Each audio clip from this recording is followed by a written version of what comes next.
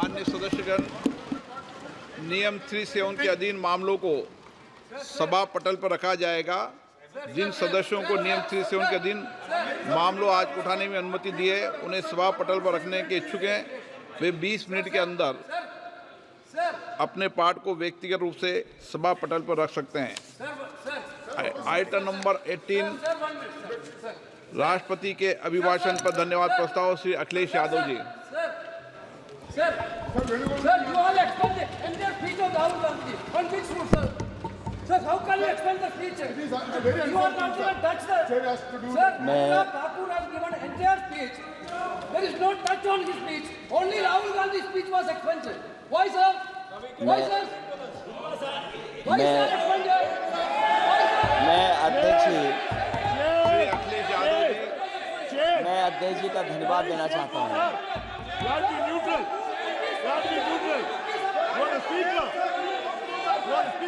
अध्यक्ष महोदय,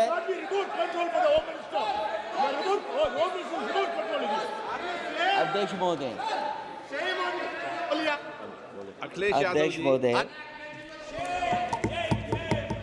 अध्यक्ष महोदय, मैं सबसे पहले आपका धन्यवाद देना चाहता हूं कि आपने मुझे अपनी पार्टी की तरफ से राष्ट्रपति जी के भाषण बोलने का मौका दिया है। अध्यक्ष जी, सत्ता पक्ष और विपक्ष दोनों लगातार अपनी बात रख रहे हैं। मैं सबसे पहले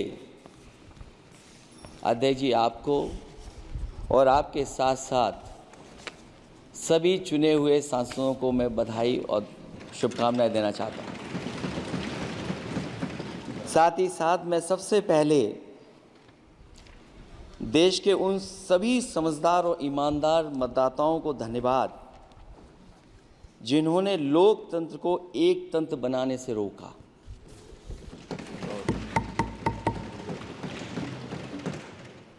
चुनाव के समय पर अध्यक्ष जी ऐसा कहा गया कि 400 पार। मैं समझदार जनता को फिर एक बार धन्यवाद दूंगा और मैं कुछ कहना चाहता हूं कि आवाम ने तोड़ दिया हुकूमत का गुरूर, दरबार तो लगा है पड़ा गमगीन में बेनूर है पर। अध्यक्ष महोदय, दरबार तो लगा है पर बड़ा गमगीन बेनूर है और पहली बार ऐसा लग रहा है हारी हुई सरकार विराजमान है। जनता कह रही है चलने वाली नहीं सरकार।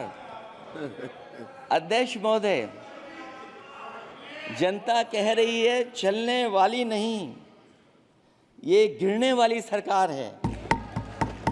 और क्योंकि ऊपर से जुड़ा कोई तार नहीं, नीचे कोई आधार नहीं, अधर में जो है अटकी हुई वो तो कोई सरकार नहीं। दरअसल पूरा इंडिया समझ गया है कि इंडिया ही प्रो इंडिया है। इस चुनाव में इंडिया अलायंस की नैतिक जीत हुई है। ये पीडीए इंडिया की सकारात्मक राजनीति, पॉलिटिक्स जो पॉजिटिव है, पॉजिटिव पॉलिटिक्स की जीत हुई है। ये इंडिया पीडीए की सोशल जस्टिस मुहिम की विक्ट्री है।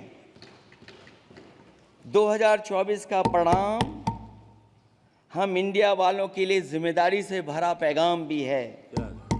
और अगर हम यूँ कहें अध्यक्ष महोदय कि 15 अगस्त 1947 अगर उपनिवेशिक राजनीति से आज़ादी का दिन था तो 4 जून 2024 देश के लिए सांप्रदायिक राजनीति से आज़ादी का दिन रहा। ये सांप्रदायिक राजनीति के अंत और सामुदायिक राजनीति की शुरुआत है। जहां सांप्रदायिक राजनीति का अंत हुआ है, वहीं सामुदायिक राजनीति की शुरुआत हुई है। सबसे अच्छी बात हुई ये है कि इस चुनाव में सांप्रदायिक राजनीति हमेशा के लिए हार हो गई है। अध्यक्ष महोदय, कहने को सरकार ये कहती है कि ये 5th लार्जेस्ट इकोनॉमी बन गई है और जीडीपी के मामले में 5th वर्ल्ड की इकोनॉमी बन गई है। लेकिन अध्यक्ष मोदी, ये सरकार क्यों छिपाती है कि अगर ये हमारी सबसे लार्जेस्ट इकोनॉमी, अगर हम 5वें नंबर पर हैं, तो हमारे देश की पर कैपिटा इनकम, प्रति व्यक्ति आय हमारे किस स्थान पर पहुंची है। और हम लोगों ने तो अध्यक्ष महोदय देखा है कि अगर दिल्ली की सरकार ने कहा होगा कि $5 ट्रिलियन की इकोनॉमी बनेगी, तो जहां से प्रधानमंत्री जी चुन करके आते हैं, वहाँ का प्रदेश के सरकार भी कह रही कि हम $1 ट्रिलियन इकोनॉमी बना लेंगे। देश की इकोनॉमी कहाँ पहुँच गई, पर कैपिटा इनकम क्या है। लेकिन अगर उत्तर प्रदेश की इकोनॉमी को अगर $1 ट्रिलियन की इकोनॉमी बनना है तो कम से कम 35% की ग्रोथ चाहिए। मुझे नहीं लगता है कि 35% की ग्रोथ उत्तर प्रदेश पा पाएगा। हम हंगर इंडेक्स में कहाँ खड़े हैं, नीचे से कहाँ हैं। जो 5th लार्जेस्ट इकोनॉमी की बात कर रहे हैं, वो इनइक्वालिटी के पैरामीटर पे कहाँ खड़े हैं, वो हैप्पीनेस इंडेक्स में कहाँ खड़े हैं। और जो लोग चुनाव को अपने तरीके से मोड़ते हैं, मैं उन्हें कहना चाहता हूं कि अध्यक्ष महोदय, इस चुनाव के परिणाम ने तोड़ने वाली राजनीति को तोड़ दिया है और जोड़ने वाली राजनीति की जीत हुई है। इस चुनाव में धन छल बल की नकारात्मक राजनीति की शिकस्त हुई है। ये चुनाव जो देश का हुआ, ये सकारात्मक राजनीति का नया दौर शुरू हुआ है। इस बार प्रो कॉन्स्टिट्यूशन वालों की जीत हुई है। हम मानते हैं संविधान ही संजीवनी है, उसी की जीत हुई है। ये संविधान मंथन में संविधान रक्षकों की जीत हुई है। अब ऊपर से नीचे की राजनीति का अंत हो गया है।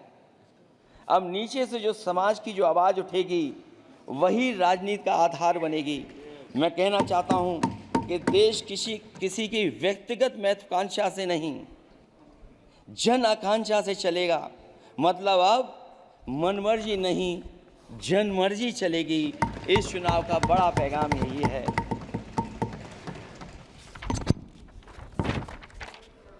अध्यक्ष महोदय, बहुत सी बातें हुई हैं। अगर उत्तर प्रदेश की बात न हो, क्योंकि अध्यक्ष महोदय सबसे बड़ा प्रदेश जहाँ है, उसने हर बार दूसरे दल को समर्थन देकर के सरकार बनाई। मैं उन्हीं लोगों से कहना चाहता हूँ कि लोग क्यूटो की फोटो लेकर बनारस की गलियों से लेकर के गंगा जी तक ढूंढ रहे हैं। उनको लगता है जिस दिन माँ गंगा साफ हो जाएंगी, शायद उस दिन कहीं क्यूटो उसकी गोद में कहीं मिल जाएगा। बनारसी लोग चाहते हैं कि कोई गंगा जी के भी तल में उतरकर उसका दर्द भी जाने।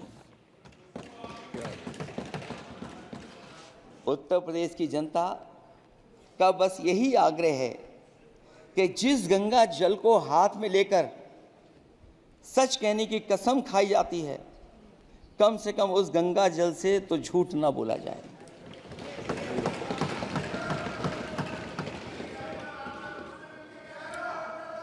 जहां विकास के नाम पर खरबों रुपए की लूट का राज खोलते भ्रष्टाचार के गड्ढे प्रदेश का नाम खराब कर रहे हैं, वहीं पहली बारिश में ही टपकती हुई छत और गिर चुकी स्टेशन की दीवार बेईमानी की निशानी बन गई है।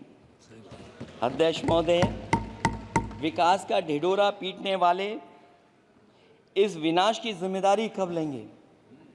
और रही सच्चे विकास की बात, तो हमने जो सड़क बनाई उस पर हवाई जहाज उतरे थे और उत्तर प्रदेश की मुख्य नगरी में सड़कों पर नाव उतरी हैं और अभी बारिश और हो जाएगी तो नाव से भी चलना पड़ेगा। यही स्मार्ट सिटी के जुमले का भी हाल है। न तो जाम से छुटकारा मिला, न बुनियादी सुविधाओं से कोई निजात मिली, न कोई बुनियादी सुविधाएं मिल पाई हैं। मुझे याद है अध्यक्ष महोदय, देश के प्रधान सांसद जी ने अनाथ पशुओं के बारे में बहुत कुछ कहा था। अनाथ पशुओं की समस्या से छुटकारा दिलवाने के लिए कब वादा किया हुआ, लेकिन कई चुनाव बीत गए हैं, अभी तक गन्ने का भुगतान 2 हफ्ते का वचन जो दिया था, कहाँ दिया था? अब तो वचन देने वाले को भी याद नहीं है। हर बात को जुमला बना देने वाले लोगों के ऊपर से जनता का भरोसा उठ गया है। इसीलिए बहुमत की सरकार नहीं है, ये सहयोग से चलने वाली सरकार है। डबल इंजन के नाम पर उत्तर प्रदेश को टकराहट के सिवा कुछ हासिल नहीं हुआ है। उत्तर प्रदेश में प्रभुत्व की लड़ाई 2 लोगों को आपस में लड़ा रही है, लेकिन उसकी मार जनता को सता रही है। पिछले 10 सालों की उपलब्धि बस इतनी रही कि एक शिक्षा परीक्षा माफिया का जन्म हुआ। अध्यक्ष महोदय, जिस समय चुनाव में थे और उत्तर प्रदेश में वो हालात देखे हैं कि नौजवान जब भी तैयारी कर करके जाता था और परीक्षा दे करके लौटता था तो उसको पता लगता था कि पेपर लीक हो गया। और उत्तर प्रदेश में केवल एक पेपर लीक नहीं हुआ है, जितनी भी परीक्षाएं हुई हैं सब पेपर लीक हुए हैं। केवल उत्तर प्रदेश ही नहीं, मैं माननीय सांसद की तरफ से सुन रहा था, कई ऐसे प्रदेश हैं जहां पर परीक्षाएं देने तो बच्चे गए, लेकिन वहां भी पेपर लीक हो गया। और अभी जब 4 जून को रिजल्ट आया, उसके बाद जो बात उठी है, देश की सबसे प्रेस्टिजियस परीक्षा, उसका भी पेपर लीक हो गया। और आखिरकार ये पेपर लीक हो क्यों रहा है? सच्चाई तो ये है कि ये सरकार पेपर लीक इसलिए करा रही है कि सरकार नौकरी नहीं देना चाहती, रोजगार नहीं देना चाहती, उन नौजवानों का भविष्य नहीं बनने देना चाहती।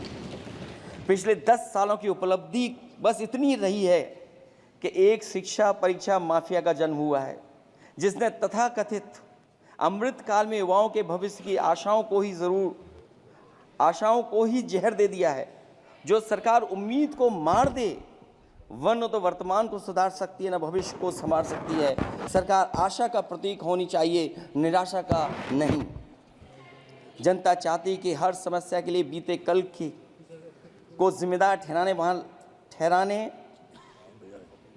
के बहाने को सरकार छोड़े और आने वाले कल की बात करे। अगले 1000 साल के झूठे सपने दिखाने वाले अगले महीने होने वाली परीक्षाओं के लीक न होने की गारंटी कब लेंगे? जनता अब न तो किसी बहकावे में आएगी और न किसी के बहलावे फुसलावे में आएगी। जो लोग कहते हैं कि अमृतकाल की बात करने वाले जनता का जागरण काल आ गया है।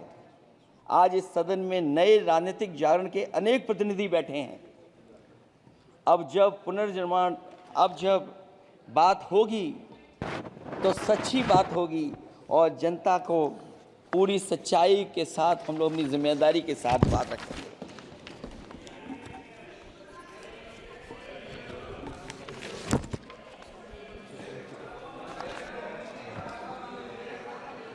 अध्यक्ष महोदय, एक जीत और हुई है, एक जीत और अध्यक्ष महोदय हुई है। मैं जानता हूं सत्ता पक्ष बैठे वाले लोग समझ गए होंगे। अयोध्या की जीत भारत के परिपक्व मतदाता की लोकतांत्रिक समझ की जीत है। और हम तो अध्यक्ष महोदय यही सुनते आए हैं, होए वही जो राम रची राखा, यह है उसका फैसला। अध्यक्ष महोदय, होई वही जो राम रचि राखा, यह है उसका फैसला जिसकी लाठी में नहीं होती आवाज। जो करते थे किसी को लाने का दावा, वो हैं खुद किसी के सहारे के लाचार।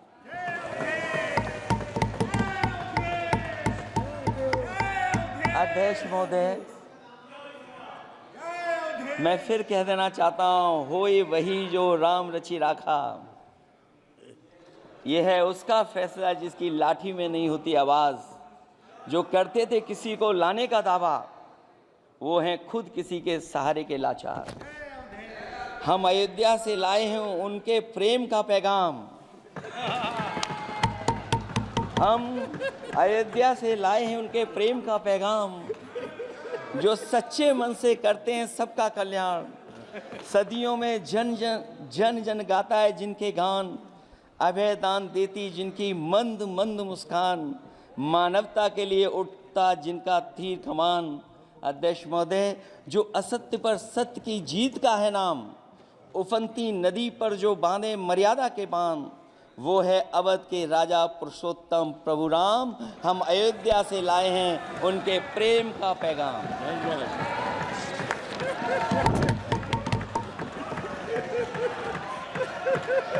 अध्यक्ष महोदय,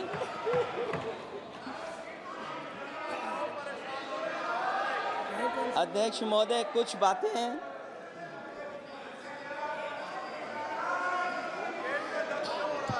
अध्यक्ष महोदय, कुछ बातें समय और काल से परे होती हैं।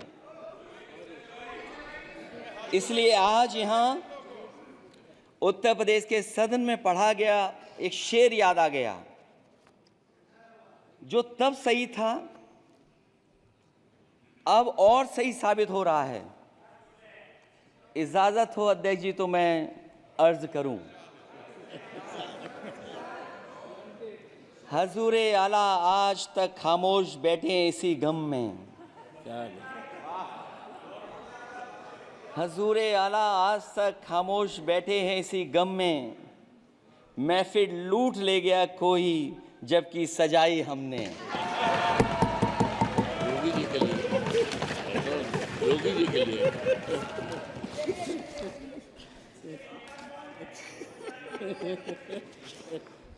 अध्यक्ष महोदय,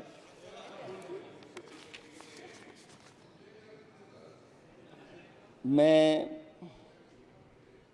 मॉडल ऑफ कंडक्ट जब चुनाव हुआ, लागू हुआ, उस समय मैंने देखा कि कुछ लोगों पर मेहरबान रही सरकार और कमीशन भी। कई मैं बहुत डिटेल में नहीं जाना चाहता हूं अध्यक्ष महोदय, लेकिन कहीं ना कहीं प्रश्न उस संस्था पे भी लगा है। और अगर उस संस्था पर प्रश्न लगा है तो लगाने वाली सरकार की वजह से लगा है। इसलिए अगर निष्पक्ष होगी वो संस्था तो न केवल हमारा लोकतंत्र स्वस्थ होगा, बल्कि हमारे लोकतंत्र और मजबूत दुनिया में दिखाई देगा।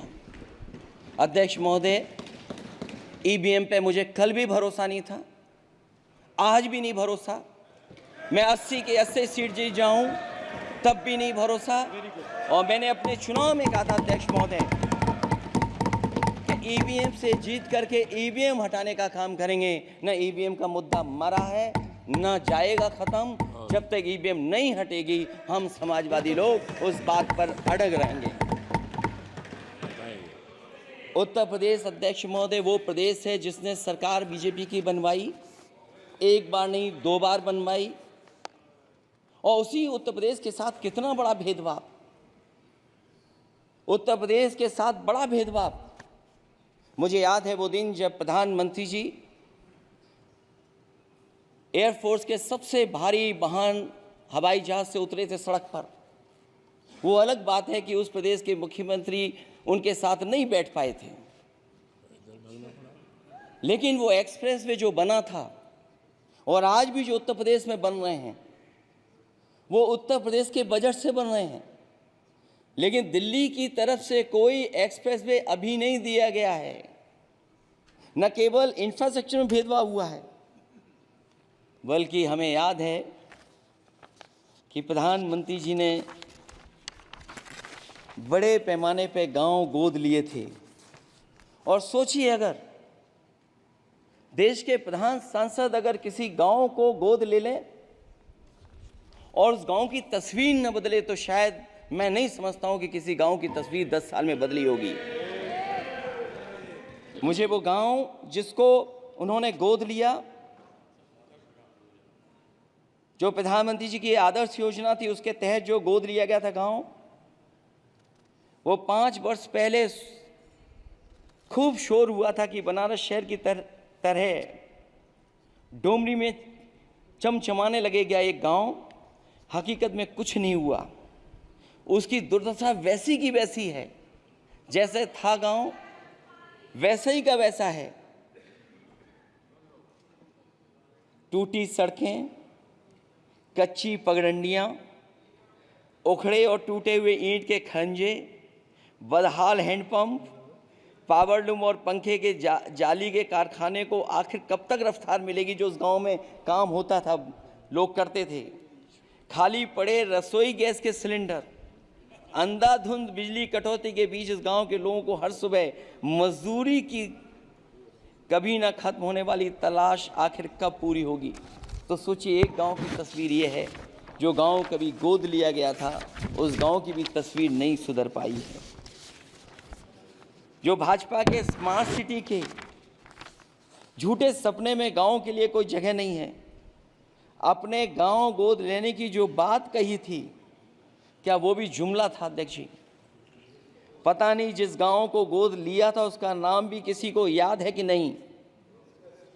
मैं नाम पूछ करके किसी को शर्मिंदा नहीं करूंगा, क्योंकि अगर नाम याद है तो ये तो और भी बुरी बात है कि अपने नाम याद रखने के बावजूद भी कुछ नहीं किया। जिसे गोद लिया जाता है उसे अनाथ बनाकर छोड़ देना अच्छी बात नहीं है। और अगर तस्वीर अध्यक्ष महोदय बदली हो 10 साल में उन तमाम गोद लिए हुए गांवों की, तो मैं सत्ता पक्ष के लोगों से कहूंगा जरूर इस सदन में बात रखें, जरूर बताएं आप। जो बात कभी अध्यक्ष महोदय कास्ट सेंसस की उठी थी, हम उस कास्ट सेंसस के पक्ष में हैं कि बिना कास्ट सेंसस के सामाजिक न्याय संभव नहीं है। सबको हक दिला पाना मुश्किल है। अध्यक्ष महोदय, राष्ट्रपति जी के अभिभाषण में अग्निवीर को लेकर के जो चिंता विपक्ष की थी और देश के नौजवानों की थी, वो चिंता वैसी की वैसी बनी है। अध्यक्ष महोदय, मैं ये कहना चाहता हूँ, मैं खुद मिलिट्री स्कूल से पढ़ा हूँ। मेरे साथ के बहुत बड़े पैमाने पे लोग फौज में हैं। मैंने समय समय पे जो मेरे साथ पढ़े जो सीनियर थे उनसे भी जानकारी हासिल की है। बड़े बड़े ऑफिसर से मैंने पूछा है, वो शायद आपको न बता पाएँ, लेकिन दबी जुबान में उन्होंने कहा है कि देश की सुरक्षा के साथ अग्निवीर जैसी व्यवस्था लागू करने से समझौता हो रहा है।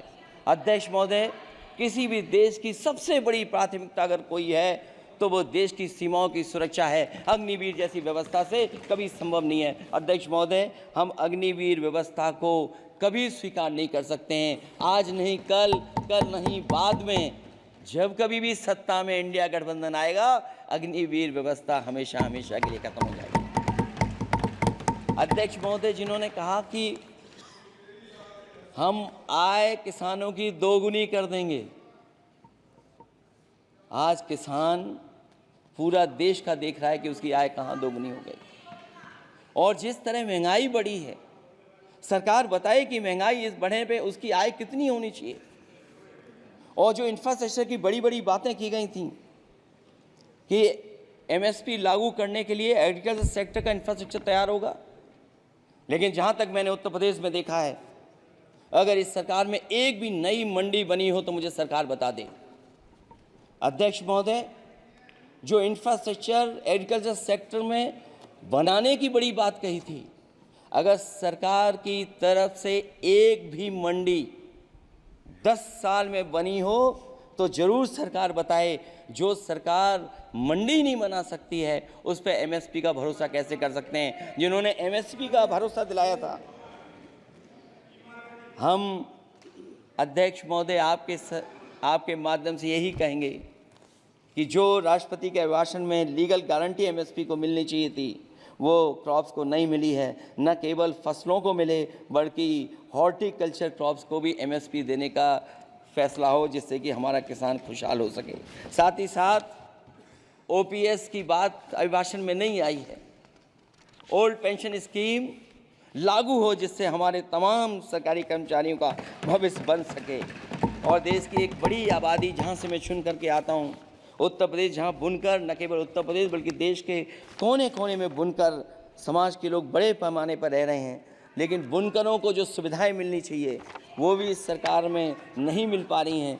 जो प्रदेश सरकारों ने कभी बुनकरों के लिए योजनाएं चलाई थीं वो भी अध्यक्ष महोदय बंद कर दी हैं।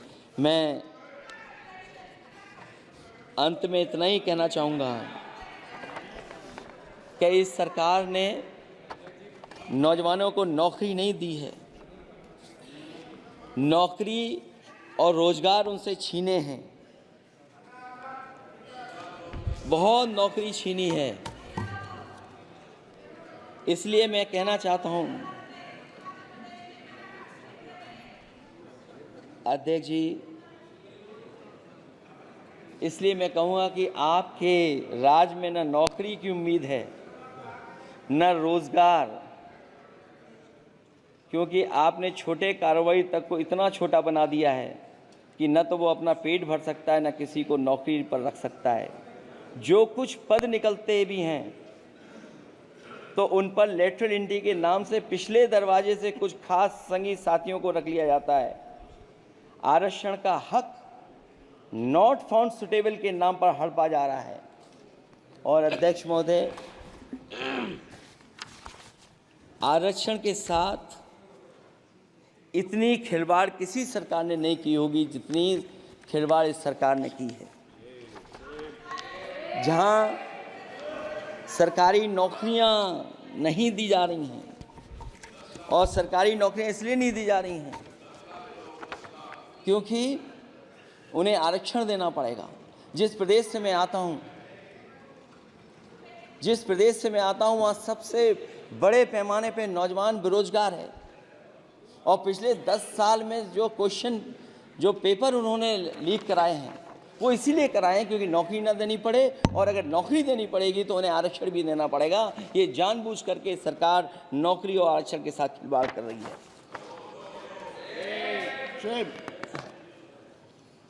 मैं अध्यक्ष महोदय अंत में इतना ही कहना चाहता हूं, आशा है ये सरकार तब तक चलेगी तब तक उसके केंद्र में इस देश का हर एक गरीब, शोषित, वंचित, पीड़ित, पिछड़ा, दलित, अल्पसंख्यक, आदिवासी, महिला, युवा, छोटा कारोबारी, ईमानदार, नौकरी पेशा, आम आदमी और कर्मचारी, अधिकारी, मजदूर और किसान होगा, ना कि धनवान होगा। और शासन के आधार पर संविधान होगा। वह जुमलों की जगह सच में महंगाई, बेरोजगारी, भ्रष्टाचार, गरीबी, भुखमरी, सांप्रदायिक हिंसा, दलित व महिला उत्पीड़न, सामाजिक अन्याय जैसे मूलभूत मुद्दों का समाधान होगा। और भोजन, बिजली, पानी, दवाई, पढ़ाई जैसी बुनियादी ज़रूरतों के लिए कागजी योजनाओं की जगह सच में इंतज़ाम होगा। मैं एक बार फिर उत्तर प्रदेश की समझदार जनता द्वारा सबसे बड़ी पार्टी चुने जाने के साथ साथ इंडिया गठबंधन समाजवादी पार्टी और कांग्रेस को सबसे ज़्यादा सीटें जिताई, उसके लिए मैं उत्तर प्रदेश की जनता